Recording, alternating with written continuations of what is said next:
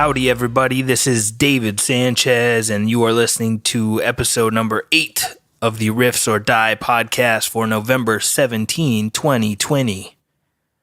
I must introduce myself with a new greeting. I am talking to you from a top secret military base inside of the moon. And for those of you who are wondering, the moon is made out of Munster. Anyone who had their bets on Munster, you've won a prize. I'm not sure what the prize is, but hopefully it's something nice. The new greeting I must greet you with is this one that is used to say hello and goodbye.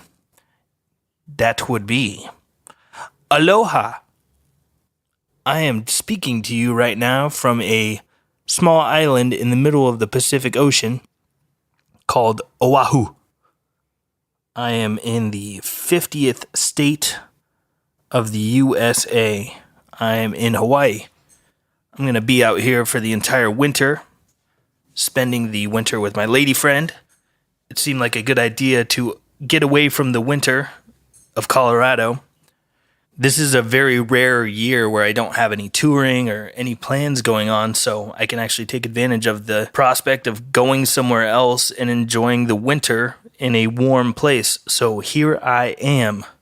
I'm currently in Waikiki, about a block and a half, maybe 2 blocks from the ocean. I'm currently quarantined up in here, though. I didn't feel totally comfortable mailing my DNA to some for-profit company that I've never heard of. So instead of getting a COVID-19 test and bypassing the quarantine stuff, I just decided to eat it and stay quarantined for 2 weeks. But it ain't so bad. I got plenty of work I got to do here. Got internet, got PlayStation, got recording gear.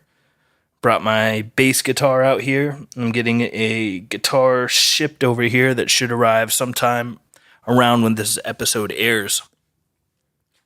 I'll have to show it off on my Instagram and Facebook.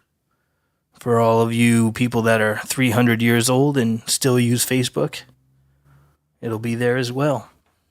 Speaking of Quentin Quarantinos like myself, I was just seeing the other day that Ticketmaster said something about requiring people that attend events to have some sort of a COVID-19 negative test result or a vaccine and some certificates that prove one or the other.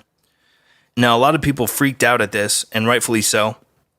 And I did some research on it today, and it says that now Ticketmaster has clarified their statement. And what they said is not exactly what people have been reporting. So I'm reading this from KTNV, a Las Vegas local news channel. And in this, it says, to clarify, Ticketmaster says it, quote, does not have the power to set policies around safety/entry requirements, which would include vaccines and or testing protocols. Just that it is exploring a number of safety features for event organizers to utilize as they look to welcome fans back to events. They also said, if this is something that event organizers or venues choose to ask fans to do in the future, either for their own preferences or due to local health requirements, we want to be prepared. So basically, Ticketmaster is not saying that they're going to be testing for COVID-19 or making sure you have vaccines and stuff. They're just planting the seed in people's heads that maybe this is something that venues will be starting to require and that concert promoters can start doing.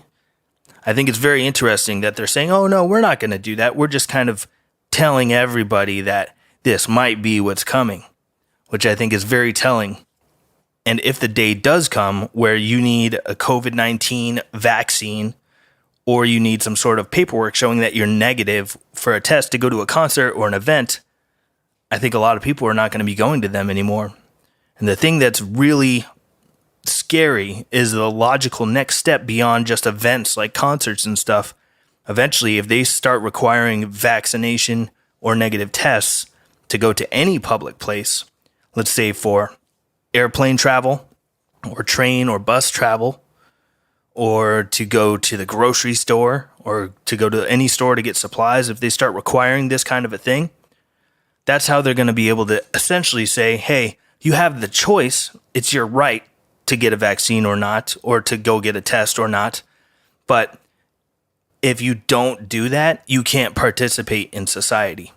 And maybe I'm just going off of my rocker here, and this is completely crazy sounding to people, but for me, it doesn't take too many logical steps from, hey, you need to be vaccinated or show a negative test to go to a concert, to changing into, hey, you need a negative test or a vaccination to go get groceries.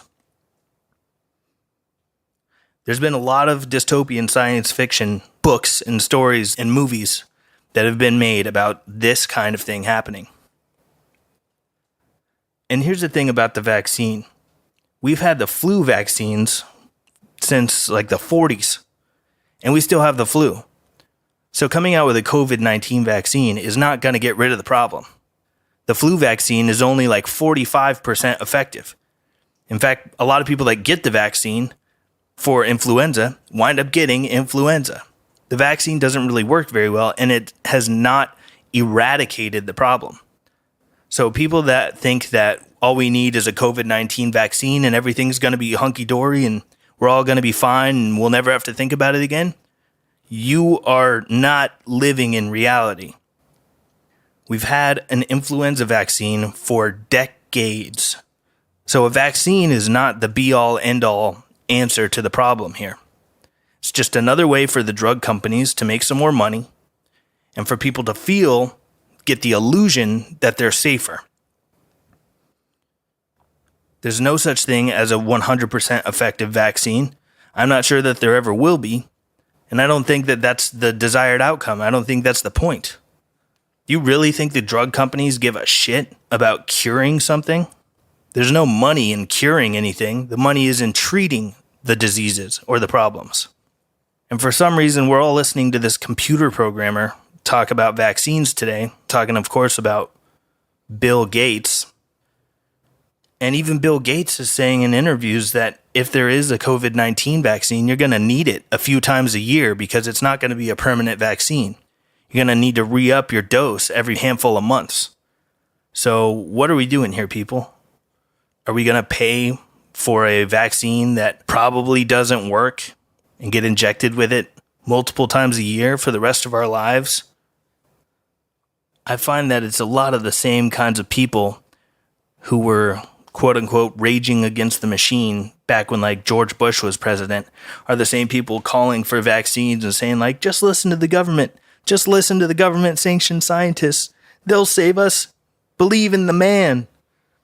It's like the people that at one point were saying you can't trust the government are all of a sudden now saying blindly follow government.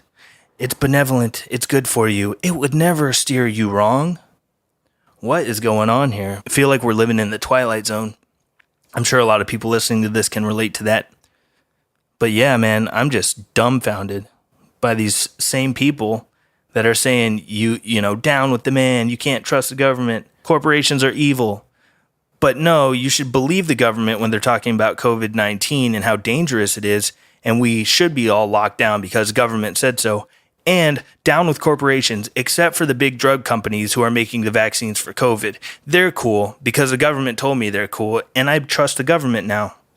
What world are we living in here?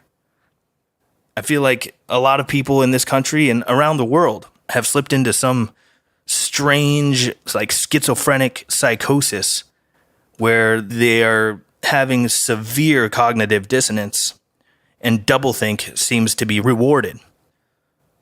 Doublethink is a phrase that George Orwell used a lot in 1984, talking about holding two contradictory beliefs in your head at the same time and believing them both at the same time, even though they don't agree with each other. Doublethink seems to be the norm today. Don't believe government, but believe them when they're talking about COVID-19. Don't trust corporations, but trust the drug companies when they're talking about vaccines for COVID-19. I'm just dumbfounded and in awe. I don't even know what to fucking say about this. People need to pull their head out of their asses. It seems like we've come to a crossroads in this country, and largely a lot of the world, but in this country especially. We're at a fork in the road. Do you want to go down the path of the illusion of security and all decisions are made for you? Or do you want to walk down the path of maybe potential danger and having freedom and liberty? This country is dubbed by many the land of the free. So what are we doing here? Do we want to walk down the path of tyranny where decisions are made for you and you have no control over your own life? Or do we want to walk down the path where you have freedom and you have liberty and you might be exposed to some dangers from having those things? It reminds me of this great Thomas Jefferson quote where he says something to the effect of, I'd rather be exposed to the problems of having too much liberty than by having not enough. For me, I fall much more in line with that mentality. I'd rather be exposed to the problems of having too much freedom than to the problems of not having enough. We seem to be at a very crucial point in time where we need to make a decision which road we want to walk down. Do we want to walk down the road of fear? Or do we want to walk down the road of freedom? That's the question. What do you guys think? Which way should we go? Write in to podcast@riffsordie.com and let me know what you think about this. I've heard both sides of this argument, and I don't stand on either side of the aisle politically. I'm not a lefty. I'm not a right-winger. I'm neither of these things, and I am both of them. I agree with some ideologies of both sides and wildly disagree with ideologies of both sides. So I've heard the mainstream talking points from both sides of the argument, but if you have anything that we haven't heard before, maybe you've got a fresh perspective on this, please write in. I would love to hear what you guys have to say. I apologize if you guys can hear a lot of traffic outside of the window. The big glass sliding window of this place is not terribly soundproof, so you might hear a little more traffic noise than regular when I was recording this back in Colorado. But I'm very stoked to be out here. There's a lot of really good Asian food everywhere, and I could eat Asian food every day for the rest of my life, and I would be just fine with that. On the flights over here, I started reading a book. It's a very interesting book. It's called Behold a Pale Horse. It was written by a guy named Bill Cooper, or William Cooper. And this dude accurately predicted the 9/11 attack in 2001 and accurately predicted who it would be blamed on. He said that there would be a big attack on America and it would be blamed on Osama bin Laden. A couple months after 9/11 happened, the police raided this dude's house and killed him. And the book I'm reading right now, Behold a Pale Horse, was written by this guy that accurately called 9/11 and who it would be blamed on, then was later killed by police. This dude had top secret military clearance and had access to all kinds of files that are very off limits to 99% of people that are in the military and government and things like that. So I'm inclined to believe a lot of things he has to say, especially with his accurate prediction of the attacks that happened in September of 2001. And in this book, Behold a Pale Horse, he's talking about UFOs and one world government, aka New World Order, and secret societies, and a bunch of crazy shit like this. So I started reading that book on the way here, and I'm not too far into it, only like 80 or 90 pages in, but it's very fascinating so far, and I'm learning a lot of things. I'm learning a lot of details of things that I already knew a little bit about, but he's going way, way deeper than I had any knowledge of before. So if you're into conspiracy theories, not conspiracies, people seem to conflate those two words as the same thing. A conspiracy is not a conspiracy theory. People hear the word conspiracy and just automatically think, oh, bullshit. But conspiracies are real things. Some things are a real conspiracy. Now, a conspiracy theory is just a theory that there's a conspiracy. That's where it is unprovable, untestable. Not sure if it's bullshit. But some things are a true conspiracy. Conspiracy doesn't automatically mean it's not true. I mean, the foundation of America was a conspiracy. A bunch of guys conspired to overthrow the government and take this whole country over. So conspiracy doesn't automatically mean that it's bullshit. But the media has trained a lot of people to automatically hear the word conspiracy and just throw it out as completely fabricated and just total like tinfoil hat wearing crazy person nonsense. But back to what I'm saying, if you're into conspiracy theories or have any desire to learn about UFOs or top secret military agendas, New World Order, some say Illuminati, stuff like that, Bilderberg Group, Council on Foreign Relations, the Trilateral Commission, secret government, shadow government, all this kind of stuff. If you have any interest in that shit, I would highly recommend this book that I'm reading right now, Behold a Pale Horse by William Cooper. I'll let you guys know if I read anything else in there that's really crazy. I'm sure I will. I'm only like a fifth of the way through the book, and it's already pretty insane. A lot of the things that he's talking about sound completely crazy, but this dude had very, very secret knowledge in a lot of government and military documents that were within his reach. That's not stuff you get to hear every day. So it is very interesting, very fascinating. Cool read so far. It's definitely got my interest.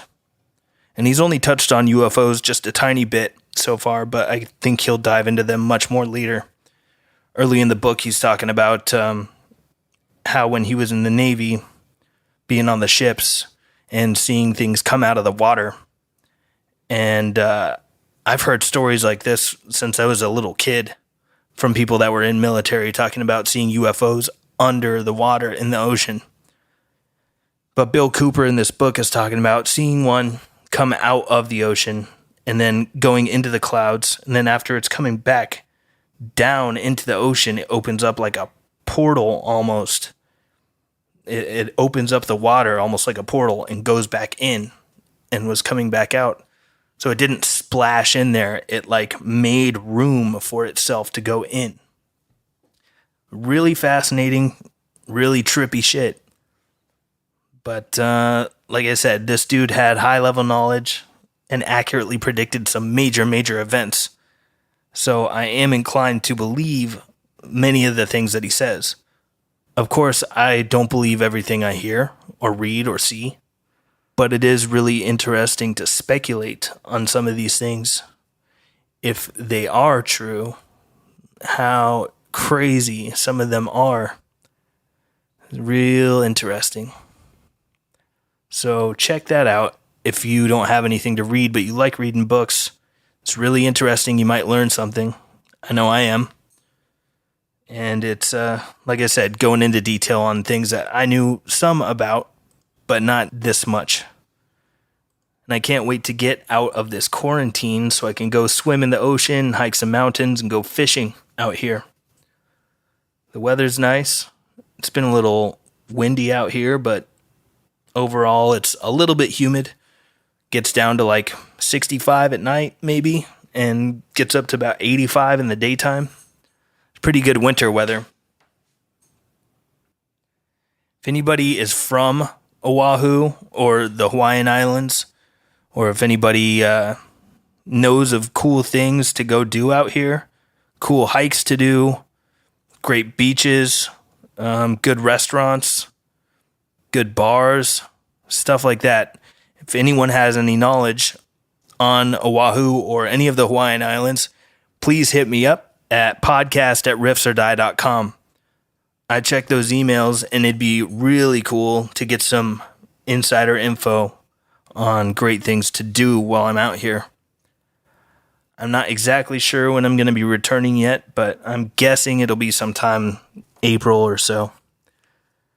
So the podcasts will sound like this for quite some time. The mountains out here are insanely beautiful. They're really steep, really green. It's such a weird look compared to like the Rocky Mountains where I'm from. Those mountains are way more gigantic rolling hills. They've eroded so much because they're so old that their valleys have filled in a lot, and a lot of their really tall peaks have already eroded off. So the Rockies are kind of more gradual and slopey, whereas here, this is all way more new and volcanic mountains. So these things are like straight up. They're really impressive, and it all looks like Jurassic Park everywhere out the window. I think they did shoot some of Jurassic Park and some of Pirates of the Caribbean out here. I could be wrong, but I think on Oahu some of that stuff was filmed. 'Tis a paradise. I really want to go out on one of those charter boats and pay some dude that's got a gnarly boat and a bunch of fishing gear to take me out into the middle of the ocean. I want to try to catch a tuna or something like that. Or maybe I can dive in and get in a fight with a shark, bite a shark's face off. I'd like to give a huge shout out to a couple of Patreon subscribers that signed up between the last episode and this one. Mr. Matthew Wood and Mr. Ido Millman. Thank you guys so much for your contribution to the show. You're helping to keep this thing free and keep my head above water. I really appreciate you guys. Thank you very, very much. And if you want to support this podcast beyond listening and telling your friends and leaving a good rating and all of that good stuff, you can go to patreon.com/riffsordie. And if you sign up there, you can get access to bonus episodes, big fat discounts for the web store at riffsordie.com, handwritten lyrics or a handwritten letter, as well as exclusives on merch and the opportunity to do live Zoom hangouts where we just shoot the shit once a month over Zoom. So if any of that sounds enticing to you, go over to patreon.com/riffsordie and sign up as a member. To everybody that's already done that, thank you, thank you, thank you. I really, really appreciate it. Y'all are the best. If you have any questions or comments for the show, you can write those into podcast@riffsordie.com. Speaking of that, I don't have too much else to talk about today. Maybe I'll have an update for you on my Paradise prison cell quarantine sometime next week. But for now, let's dive into the questions and the comments for the week. All right, first things first. This one says, "Love the podcast. Must be the most interesting podcast I've ever listened to." Whoa, that's saying a lot. Thanks a lot for the kind words. I'm not sure which other podcast you were listening to, but thank you. Your music interest and the combination with art, history, philosophy, etc. really gives the podcast character. Thank you. I may be only 18 years old, but that does not stop me from giving life advice. You just do you and ignore the rest. Everything we do in today's society is judged and looked upon, and one single mistake and you'll be frozen out of the society. It's messed up to force people to be someone who they're not. If you put on this fake identity, you'll be a nobody and you won't be happy. Just be yourself and try to ignore what other people are going to think. Keep on rocking, Dave, and have a nice week. Come to Sweden. I will come to Sweden someday when I'm allowed to be a human being again. Your advice here, be yourself and try to ignore what other people are going to think, I think is great advice. You never want to act like somebody that you're not, especially if you're like courting someone and trying to, go on a date with somebody. You don't want to act like something that you're not, because what you're acting like might not be what the other person's looking for. And then, even if they do like the person that you're acting like, they later find out what you're really like and don't want to hang out with you anymore. So, good advice. Be yourself. What did Kurt Cobain say? I'd rather be hated for who I am than loved for what I am not. Something like that. On to another question. This one says, "Hey, David. I was wondering what some of your favorite underrated thrash metal bands are, or other death metal or whatever.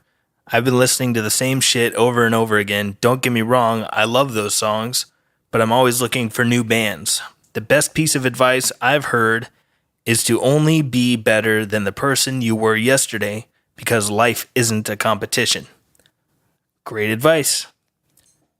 Then the email continues and says, "And if you're wondering, Frosted Flakes are still really good. At least the last time I had them like a year ago. P.S. Loving the podcast so far, and eat shit," with a little heart symbol. "You said to talk more shit a few episodes ago, so I thought I'd take my chance."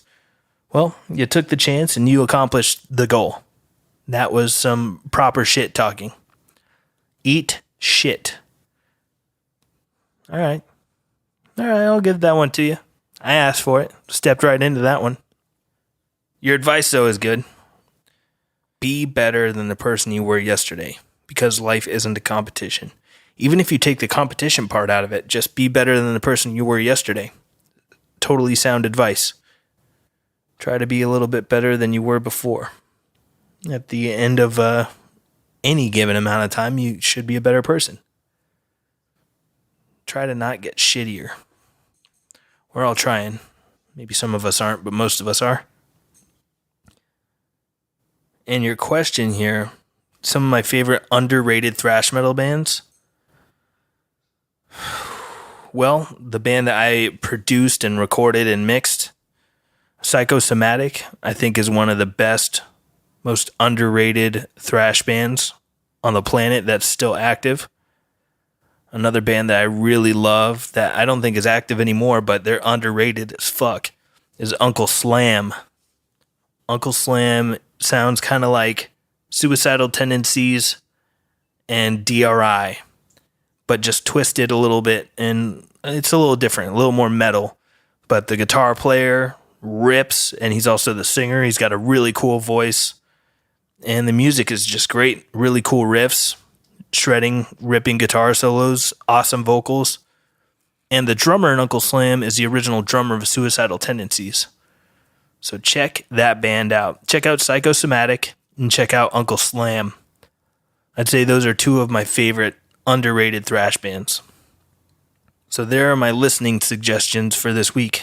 Go listen to Psychosomatic, their new record, The Invisible Prison, which is the one that I produced and got to mix. And then go listen to Uncle Slam, probably their first record, called Say Uncle, of course. Say Uncle or Die. All right, just got a couple more emails here and we'll wrap it up. This one is entitled Philosophy. Says, "You've made it known you are a well-read guy in various interviews, and you seem like the kind of guy that likes to delve into the human mind a lot. Do you have a favorite philosopher you've read, if any?" There's a lot of philosophers that I really enjoyed the work and writings of. I think toward the top of the list would have to be Marcus Aurelius, who wrote Meditations, which is like the Stoic guidebook, basically. He was probably the most famous Stoic philosopher. That book is often read by people, and they say that it changes their life. So he would be toward the front of the list, but also I really love Bertrand Russell. Bertrand Russell wrote another one of my favorite books. It's called The Conquest of Happiness. And that book is very practical and a good remedy for anybody who's not feeling great. You know, if you're trying to find happiness, I would suggest picking up that book, The Conquest of Happiness by Bertrand Russell. And another person that I'm not sure would be considered a conventional philosopher, but in my opinion, he expressed a lot of philosophical ideas in a very cool way and was well received, especially by a lot of advocates of psychedelic drugs. That would be Mr. Terrence McKenna, who wrote Food of the Gods. I really like Terrence McKenna's speeches, and his books, his writings are really great. But I think that he had a very peculiar mind, and thought the right way about a lot of things. It was extremely introspective and empathetic, and often spoke about existential things that face all of us, things that we all have to deal with, and a lot of the big problems that face our society and our species. Thanks for the good question. If you guys have any philosophers that you think I should look into, please send them over to podcast@riffsordie.com. Thank you in advance. All right, let's read one more for the week. Let's see what we got. Uh-oh. This one says, wisdom in response to your episode 7. This one says, hello, my boyfriend wrote in with some advice from his mom and from me in your podcast number 7 at 42 and 10 seconds. His mom's was to never move backwards. Really great advice. She's a really wise person. But mine was to never turn your passion into a career. I realized how I phrased it did not do the advice I had received any justice.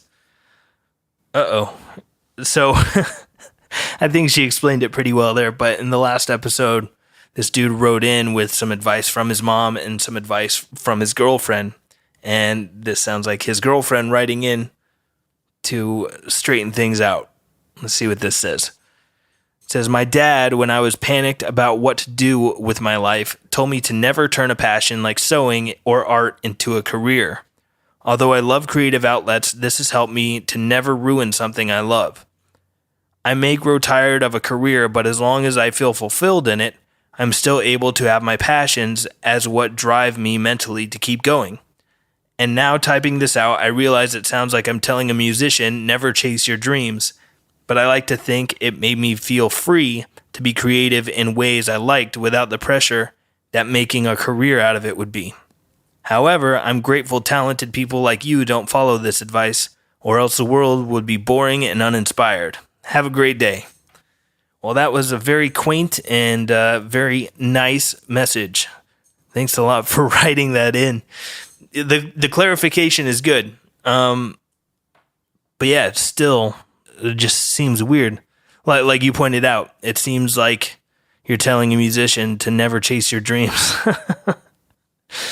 I can see both sides of the coin, where you're coming from and the opposite of it.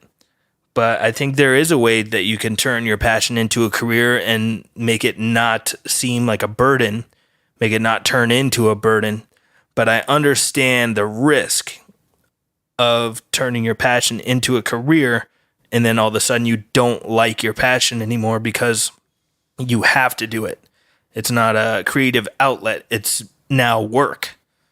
I can kind of see where you're coming from, but at the end of the day, I would say if you really love doing something and you figure out a way to make money doing that thing you really love, go for it. That sounds like a recipe for a good time. Just maybe don't work so hard that you're going to burn yourself out and not like your passion anymore. It's a tight rope to try to balance on, I guess. I see where you're coming from, but on the flip side, I'm somebody who loved music and wanted to make a living doing that, so I figured out how to do it, and now you're listening to this because I did that. So, joke's on you. Hey. It's about time for me to wrap this thing up so I can go sit on the patio and stare at the beautiful mountains and dream about being in the ocean. I'll keep you guys updated on my pristine paradise prison cell quarantine adventures. I'll be stuck in here for another week and a half, so by the next time you hear from me, I will still have not really gone outside. I'm following the orders because I don't want a $5,000 fine or to have to spend a whole year in jail just because I wanted to go for a swim.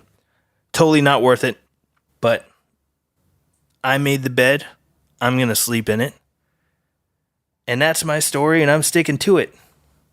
You guys all enjoy yourself, and please write in with any questions, suggested philosophers to get into, Any musical suggestions, questions, comments, concerns, if you need advice on something, please hit me up at podcast@riffsordie.com. And again, if you want to support this podcast further, go to patreon.com/riffsordie and check out riffsordie.com for some brand new shirts that just came out a couple weeks ago. If you've never done it, go take a look. I think I'll be launching some sort of a Black Friday sale sometime in the next week or two, so keep your peepers peeping for that. I hope y'all enjoy the rest of your week. I hope this message finds you well. Go listen to some Uncle Slam and Psychosomatic, and I will talk to you all very, very soon. Take care, everybody. Bye-bye.